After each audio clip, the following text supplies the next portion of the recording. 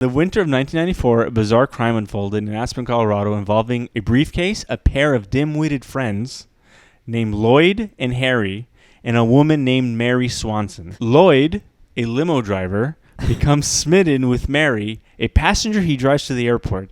Mistakenly believing she left a briefcase behind, he takes it.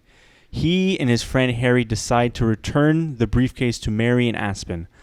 Unaware it was deliberately left as ransom money that was inside the briefcase for her kidnapped husband. So they see the briefcase. He falls in love with the woman. He grabs the briefcase and is like, we need to bring it to this woman to where she's going. So this guy's gone to Aspen to give her the briefcase. He's gone. So during their journey, they unknowingly... That's not really how ransoms work, though, is it? Like, if you just got in any random taxi and left a briefcase full of money, how would they go... No, she left it in the airport, in public, so someone would just pick it up, you know? So this guy isn't driving her to the slope, he's just driving her to the airport. Yeah, driving her to the airport, and she's flying to Aspen. He found the discarded briefcase containing the money. He didn't know the money was in there, so he thought it was lost property. He and his friend Harry go on a mission to return it to its owner. Unbeknownst to them, this act of supposed goodwill launched them into a perilous web of deceit. The briefcase was not mislaid. It was the key to a sinister kidnapping plot.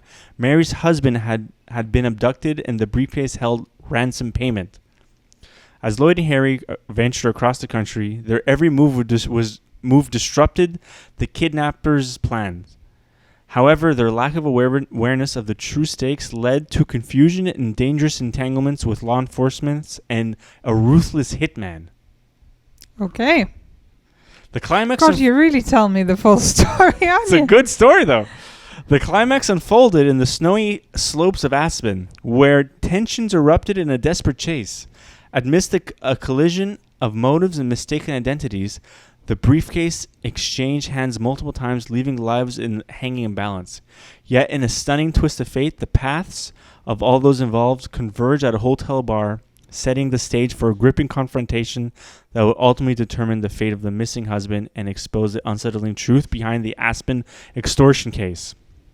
So basically, in the end, the FBI was following them all along, and they came together and they were like tracking everything, and then they caught the kidnappers in the end.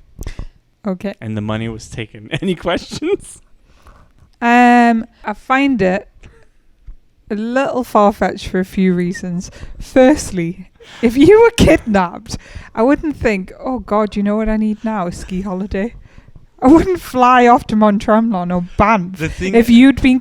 The thing is, she could have dropped it at the airport and then left the airport. She didn't need to get on a flight. I think there were specific instructions from the kidnappers. Why do they give a fuck whether she's in Aspen? She could fly to bloody Portugal or anything.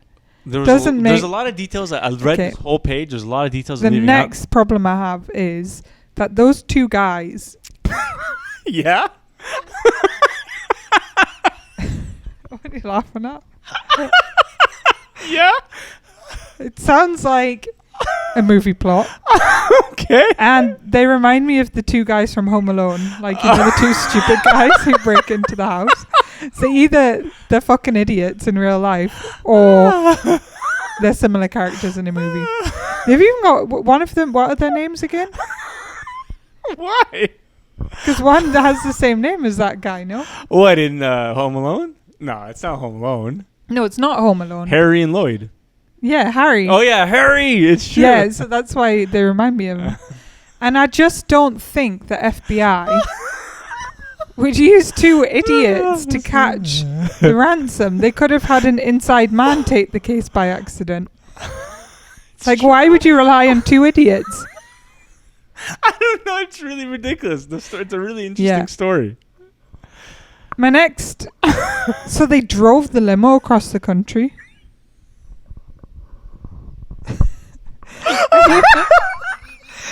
No.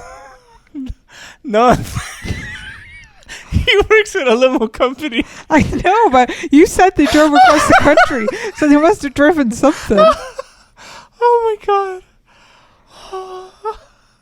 No, they drove a car. It was like a van. They drove. So whose van was it? It was Harry's van. But Harry's the limo driver. No, Lloyd's limo driver. Lloyd's. You sure? Yeah. What type of van was it? Why? Because Lloyd the limo driver, I was wondering whether it was like Harry the Honda driver. No, oh no! Oh, that's funny. So no, Harry. So Harry, this is okay. Wait, he writes it here. Harry, he was an owner of a pet grooming business. Oh, so it's a pet grooming van. This is the plot Dumber and Dumber.